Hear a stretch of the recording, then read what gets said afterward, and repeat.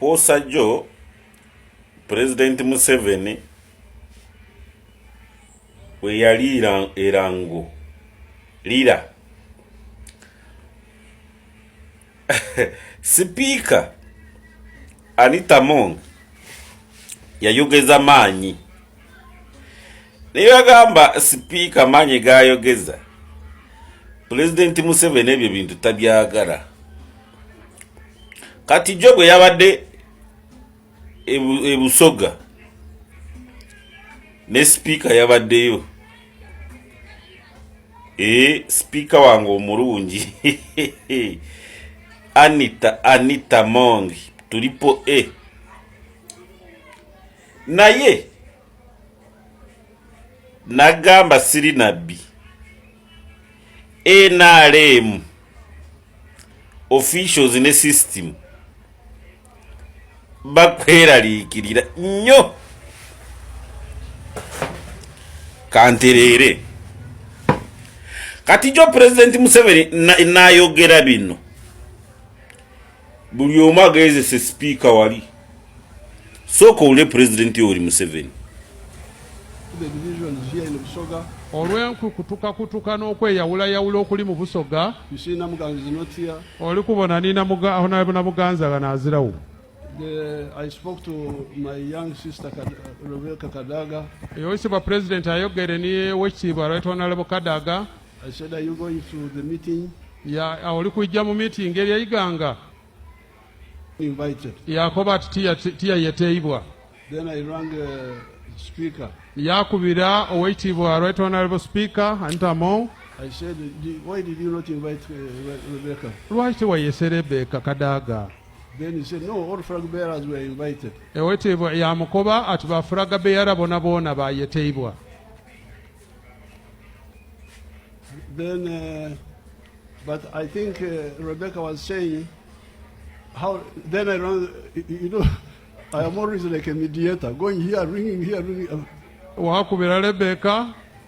I rang Rebecca again. So you were invited as flag bearer. Era yakubira owekitiibwa Rebecca yamukali muna bakwese nga flag bearer. How did they invite me? On the radio or what? Mbu bamwetere ku radio oba kuki? President Museveni bw'amaze kwogera ebyo nga bw'omuwulidde era bw'atuuse wano yakoba ati owekitiibwa Rebecca Kadaga mwamwese mutya aze wano Rebecca Kadaga taliiwo era owekitiibwa President mukobye nsobe owekitiibwa President Namuganza taliiwo bwe babuuziza Anita Amongi n'agamba bafulaga beera bonna twabayinfominga babeereko wano naye Namuganza si fulaga beera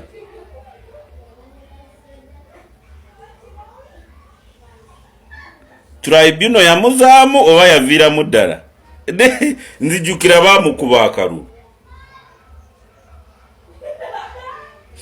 ogwo gubadde mupiira kati President bwa Yoweri Museveni Kaguta Modern King bwa kukomplainingawo mu lwatu manyakako kabaka gwa mudda kubanga yagambe sagara entale ezo wano ndi wano ebusoga ku lw'okugamba Namuganza ye yagambe tuteeke wano lukungana naye aliwo Rebecca Kadaga ne bagamba bayimu informings President Museveni n'agamba bwe nabuuziza Kadaga n'agamba bampitira ku radio jukira oli minister second prime minister second third minister wa East African Community tomuyita nga ayita kaddeyi President kyeyabadde ategeeza kati nikiraga ngu Busoga yonna eri divided ku lw'omuntu omu olede eri Busoga baba balaze ngu Anita Amongi gwoyonoonye kati ku lwokuna tugenda kulonda ogenda kwewuunya bannabyabufuzi, ogenda kwewuunya, ogenda kulaba general mutuufu. Mama General Yoweri Kaguta Sabalwanyi tibwabulu kubanga mu mind za muzeyi tayagala kuruzinga wadde muwagizi ogwo wadde mulema wadde tarabu tayagala kumuruzinga, naye ate gwokozinze okuruzinga abawagizi ngaabo kubanga President Museveni bw'abeera e Busoga Anita Amongi gundi Rebecca Kadaga natabeerawo, Poliisi Sinamuganza natabeerawo,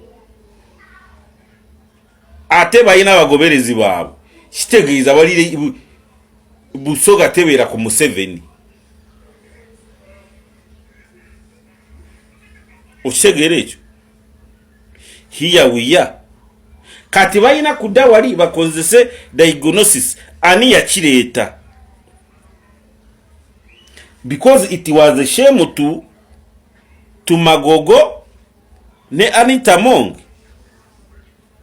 Here we are. NRM Busoga is divided, and muzeyi tasobola kigumiikiriza ekyo.